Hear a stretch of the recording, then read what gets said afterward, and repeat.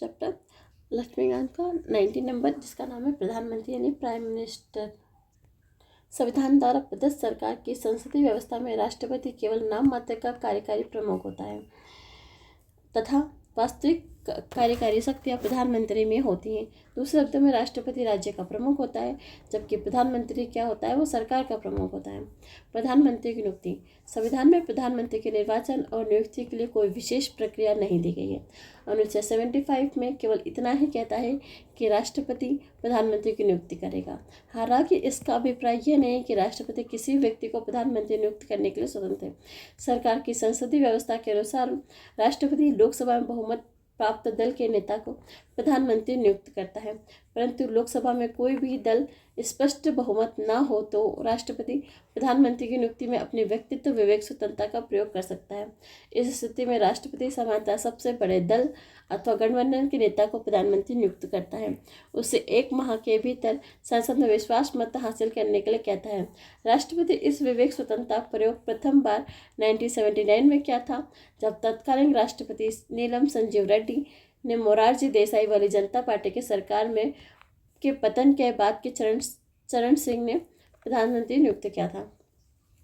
एक स्थिति और भी है जब राष्ट्रपति प्रधानमंत्री के चुनाव की नियुक्ति के लिए अपना व्यक्तिगत निर्णय लेता है। जब प्रधानमंत्री की अचानक मृत्यु हो जाए तो उसका कोई स्पष्ट उत्तराधिकारी ना हो, तब ऐसा हुआ है कि 1994 में इंदिरा गांधी की हत्या हुई है। तत्कालीन राष्ट्रपति ज्ञानी जेल सिंह ने राजीव गांधी को प्रधानमंत्री नियुक्त कर कार्यवाहक राष्ट्रपति नियुक्ति करने की प्रथा को अनदेखा किया। बाद में कांग्रेस संसदीय दल ने सर्वसम्मति से उन्हें अपना नेता चुना। हालांकि किसी निर्वतमान प्रधानमंत्री की नियुक्ति पर यदि सत्ताधारी दल एक नया नेता चुनता है तो राष्ट्रपति के पास उसे प्रधानमंत्री नियुक्त करने के अलावा कोई विकल्प नहीं होता है। 1980 में दिल्ली उच्च न्यायालय ने कहा था कि संविधान में आवश्यक नहीं है कि एक व्यक्ति प्रधानमंत्री नियुक्त होने से पूर्व लोकसभा में अपना बहुमत सिद्ध करे। राष्ट्रपति को पहले प्रधानमंत्री की नियुक्ति करनी चाहिए, तब एक यथोकथित समय सीमा के भीतर उसे लोकसभा में अपना बहुमत सिद्ध करने के लिए कहना चाहिए। उदाहरण के लिए चरण Singh 1979, VP Singh 1989, Chandrashekhar 1990, PV Narasimha Rao 1991, Atal Bihari Vajpayee 1996, HP Deve Gowda 1996, IK Gujral 1997, पुनः अटल बिहारी वाजपेयी 1998। इस प्रकार प्रधानमंत्री नियुक्त हुए।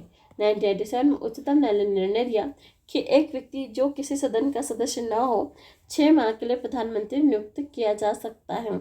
इस अवधि में उसे संसद के किसी भी सदन का सदस्य बनना पड़ेगा, अन्यथा वो प्रधानमंत्री के पद पर नहीं बना रह सकता।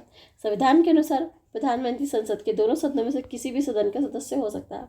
उदाहरण के लिए इंदिरा गांधी 1996 में, देवगौड़ा 1996 में और मनमोहन सिंह 2004 और 2009 में राज्यसभा के सदस्य थे।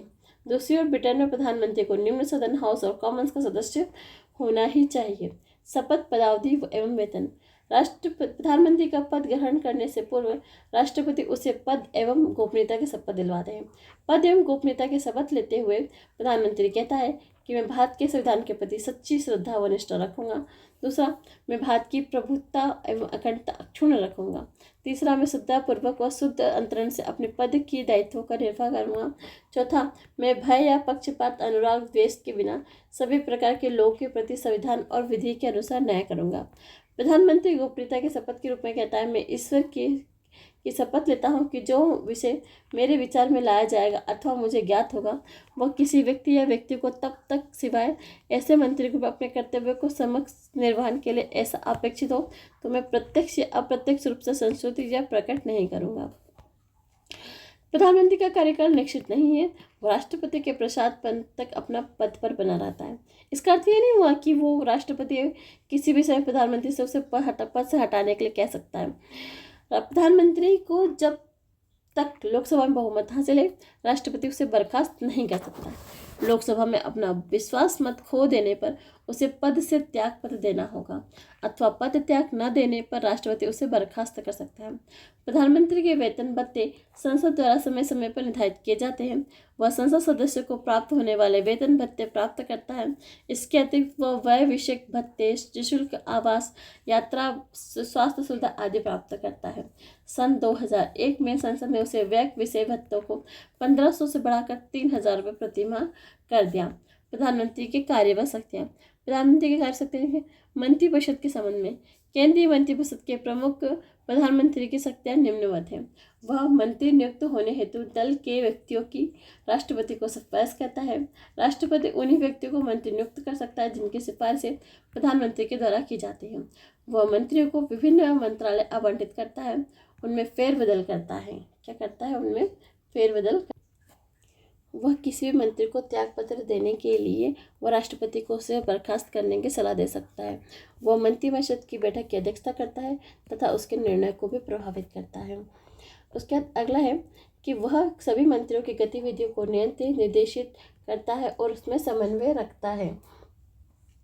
वह पद से त्यागपत्र देकर मंत्रिमंडल को बर्खास्त कर सकता है, क्योंकि प्रधानमंत्री मंत्रिपरिषद का प्रमुख होता है। अतः प्रधानमंत्री त्यागपत्र देता है अथवा उसकी मृत्यु हो जाती है तो अन्य कोई मंत्री कोई भी कार्य नहीं कर सकते। अन्य शब्दों में प्रधानमंत्री की मृत्यु अथवा त्यागपत्र से मंत्रिपरिषद स्वयं विघटित हो जाती है और एक शून्यता उत्पन्न हो जाती है। दूसरा, किसी अन्य मंत्री के मृत्यु व त्यागपत्र पर केवल रिक्तता उत्पन्न होती है, जिसे भरने के लिए प्रधानमंत्री स्वतंत्र होते हैं। राष्ट्रपति के संबंध में प्रधानमंत्री निम्न शक्तियों का प्रयोग करता है। पहला, वह राष्ट्रपति व मंत्रिपरिषद के बीच संवाद की मुख्य कड़ी है। उसका दायित्व है कि वह संघ के कार्यकलाप के प्रशासन संबंधी व विधान विषयक प्रस्तावना संबंधी मंत्रिपरिषद सभी विनिश्चय राष्ट्रपति को संसूचित करें। दूसरा, वह संघ के कार्यकलाप के प्रशासन संबंधी और विधान विषयक प्रस्तावना संबंधी जो भी जानकारी राष्ट्रपति मांगे वह दे। फिर तीसरा, किसी विषय को किसी मंत्री के ने निश्चय कर दिया हो किंतु मंत्रिपरिषद में विस्तार नहीं किया गया तो राष्ट्रपति द्वारा अपेक्षा किए जाने के बाद परिषद के समक्ष विचार रखने के लिए रखें। फिर अगला, वह राष्ट्रपति को विभिन्न अधिकारियों जैसे भारत का महान्यायवादी, भारत का महानियंत्रक एवं महालेखा परीक्षक, संघ लोक सेवा आयोग का अध्यक्ष एवं उसके सदस्यों का चुनाव आयुक्तों, वित्त आयोग का अध्यक्ष, उसके सदस्यों अन्य की नियुक्ति के संबंध में परामर्श देता है। संसद के संबंध में प्रधानमंत्री निचले सदन का नेता होता है। इस संबंध में वह शक्तियों का प्रयोग करता है। वह राष्ट्रपति को संसद का आहूत करने, सत्रावसान करने संबंधी परामर्श देता है। वह किसी भी समय लोकसभा विकसित करने की सिफारिश राष्ट्रपति से कर सकता है। वह सभा पटल पर सरकार की नीतियों घोषणा करता है। अन्य शक्तियाँ। उपरोक्त 3 भूमिकाओं के अतिरिक्त प्रधानमंत्री की अन्य भूमिकाएं भी हैं। वह नीति आयोग, जिसने राष्ट्रीय योजना आयोग का स्थान लिया था, राष्ट्रीय एकता परिषद, अंतर्राज्य परिषद, राष्ट्रीय जल संसाधन परिषद, कुछ अन्य संस्थाओं का अध्यक्ष होता है। दूसरा, वह राष्ट्र की विदेश नीति को मूर्त रूप देने में महत्वपूर्ण भूमिका निभाता है। तीसरा, वह केंद्र सरकार का मुख्य प्रवक्ता होता है। चौथा, वह आपातकाल के दौरान राजनीतिक स्तर पर आपदा का प्रबंधन प्रमुख होता है। फिर पांचवा, वह देश का नेता होने के नाते विभिन्न राज्यों के विभिन्न वर्गों के लोगों से मिलता है, उनकी समस्याओं के संबंध में ज्ञान ज्ञापन प्राप्त करता है। छठा, वह सत्ताधारी दल का नेता होता है। सातवां, वह सेनाओं का राजनीतिक प्रमुख होता है इत्यादि। इस प्रकार प्रधानमंत्री देश के राजनीतिक प्रशासनिक व्यवस्था में महत्वपूर्ण एवं अहम भूमिका निभाता है। डॉक्टर BR अम्बेडकर ने कहा, हमारे संविधान के अंतर्गत किसी कार्यकारी की यदि अमेरिका से तुलना की जाए तो वह प्रधानमंत्री न कि राष्ट्रपति। फिर भूमिका का वर्णन। कई प्रसिद्ध राजनीतिक शास्त्रियों और संविधान विशेषज्ञों ने प्रधानमंत्री की भूमिका की विशेष रूप से प्रधानमंत्री की भूमिका के संदर्भ में व्याख्या की है। इसके निम्न प्रकार है। लॉर्ड मार्लेजी ने प्रधानमंत्री का वर्णन सम्मान के बीच प्रथम तथा कैबिनेट के रूप में चाप के स्तर मुख्य स्तर के रूप में किया। वे कहते हैं कैबिनेट का प्रमुख समान लोगों के बीच श्रेष्ठ होता है तथा वह उस पद को धारित करता है जो काफ़ी दायित्वपूर्ण होता है। वह देश का सबसे प्रमुख प्राधिकारी होता है। हर्बर्ट मैरिसन सरकार के मुखिया के रूप में वह सबसे प्रमुख है, लेकिन आज उसके दायित्व में काफ़ी परिवर्तन आया है। सर विलियम वर्नर हरकोर्ट, उन्होंने प्रधानमंत्री को तारों के बीच की चंद्रमा की संज्ञा दी है। जेनिस, वह सूर्य के समान है जिसके चारों ओर ग्रह परिभ्रमण करते हैं। वह संविधान का सबसे मुख्य आधार है। संविधान के सभी मार्ग प्रधानमंत्री से होकर ही जाते हैं। H.A. लास्की प्रधानमंत्री एवं कैबिनेट संबंधों में कहते हैं कि प्रधानमंत्री इसके निर्माण का केंद्र बिंदु, उनके जीवन के केंद्र बिंदु और उसकी क्या मृत्यु का केंद्र बिंदु है। उन्हें प्रधानमंत्री की ऐसी धुरी बताया है जिसके इर्द गिर्द संपूर्ण मशीनरी घूमती है। HRV ग्रीव्स ने कहा है कि सरकार देश के प्रमुख है और प्रधानमंत्री सरकार का प्रमुख है। मुंडो ने प्रधानमंत्री ने कहा कि वह राज्य की नौका का कप्तान है। रैमजे मेयर ने उन्हें राज्य के जहाज का मल्लाह कहा है। ब्रिटिश संसदीय व्यवस्था में प्रधानमंत्री की भूमिका इतनी महत्वपूर्ण अहम होती है, इसे देखने वाले से प्रधानमंत्री सरकार कहते हैं। इस प्रकार R.H. क्रॉसमैन कहते हैं, युद्ध के पश्चात कैबिनेट सरकार प्रधानमंत्री सरकार में पूर्णतः परिवर्तित हो गई है। इसी प्रकार बर्कले कहते हैं, संसद प्रायोगिक रूप से संप्रभु नहीं है। संसदीय लोकतंत्र अब ढह चुका है। ब्रिटिश व्यवस्था का प्रमुख दोष प्रधानमंत्री की सुपर मिनिस्ट्रियल शक्ति है। यही व्याख्या भारत के संदर्भ में सही है। राष्ट्रपति के साथ संबंध। संविधान में राष्ट्रपति प्रधानमंत्री के संबंध में निम्नलिखित उपबंध है। अनुच्छेद 74, राष्ट्रपति को सहायता और सलाह देने के लिए एक मंत्रिपरिषद होगी जिसका प्रमुख प्रधानमंत्री होगा। राष्ट्रपति इसकी सलाह के अनुसार कार्य करेगा। हालांकि राष्ट्रपति प्रधानमंत्री से उसकी सलाह पर पुनः विचार करने के लिए कह सकता है। राष्ट्रपति इस विचार के बाद दी गई सलाह के अनुसार कार्य करेगा। अनुच्छेद 75, प्रधानमंत्री की नियुक्ति राष्ट्रपति करेगा। प्रधानमंत्री की सलाह पर अन्य मंत्रियों की नियुक्ति करेगा। प्रधानमंत्री की सलाह पर भी अन्य मंत्रियों की नियुक्ति करेगा। फिर अगला, मंत्री राष्ट्रपति के प्रसाद पर्यंत अपने पद पर बने रहेंगे और मंत्रिपरिषद लोकसभा के प्रति सामूहिक रूप से उत्तरदायित्व होगा।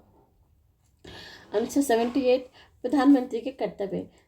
पहला, संघ के कार्यपाल के प्रशासन संबंधी एवं विधान विषयक प्रस्तावना संबंधी मंत्रिपरिषद के सभी विनिश्चय राष्ट्रपति को संशोधित करें। अगला, संघ के कार्यपालक के प्रशासन संबंधी विधान विषयक प्रस्तावना संबंधी जो जानकारी राष्ट्रपति मांगे उसे दें। तीसरा, किसी विषय को जिस पर किसी मंत्री ने विनिश्चय कर दिया है किंतु मंत्रिपरिषद ने विचार नहीं किया, राष्ट्रपति द्वारा अपेक्षा किए जाने पर परिषद के समक्ष विचार रखे जाए। अगला, वे मुख्यमंत्री जो प्रधानमंत्री बने हैं 6 लोग मोरारजी देसाई, चरण Singh, VP Singh, PV Narasimha Singh, HV Deve Gowda, Narendra Modi अपने राज्यों में मुख्यमंत्री बनने के बाद देश के प्रधानमंत्री बने हैं। मोरारजी देसाई तत्कालीन बम्बई राज्य के 1952 से 56 तक की अवधि के मुख्यमंत्री हैं, जो 1977 में देश के पहले गैर कांग्रेसी प्रधानमंत्री बने। चरण सिंह अविभाजित उत्तर प्रदेश में 1967 से 68 तथा पुनः 1970 में मुख्यमंत्री थे, जो मोरारजी देसाई के बाद प्रधानमंत्री बने। VV सत्यनारायण सिंह भी उत्तर प्रदेश के मुख्यमंत्री थे, जो राष्ट्रीय मोर्चा सरकार में प्रधानमंत्री बने दिसंबर 1989 में से लेकर नवंबर 1990 तक की। PV नरसिम्हा राव दक्षिण भारत से प्रधानमंत्री बने वाले पहले नेता थे। 1971 से 73 तक की आंध्र प्रदेश के मुख्यमंत्री थे। बाद में वे 1991 से 96 तक देश के प्रधानमंत्री रहे। HV देवगौड़ा कर्नाटक के मुख्यमंत्री थे, जिन्हें जून 1996 में संयुक्त मोर्चा सरकार का मुखिया चुना गया। नरेंद्र मोदी भाजपा मई 2014 में प्रधानमंत्री बनने तक के गुजरात के मुख्यमंत्री थे। 2001 से लेकर 2014 तक 4 बार गुजरात के मुख्यमंत्री रहे हैं। अनुच्छेद 74, मंत्रिपरिषद का राष्ट्रपति को सहयोग व परामर्श देना। 75, मंत्री संबंधी अन्य प्रावधान। 77, भारत सरकार द्वारा कार्यवाही का संचालन। 78, प्रधानमंत्री का राष्ट्रपति को सूचनाएं प्रदान करने संबंधी कर्तव्य। 80, सदनों के आदरणीय मंत्रियों के अधिकार।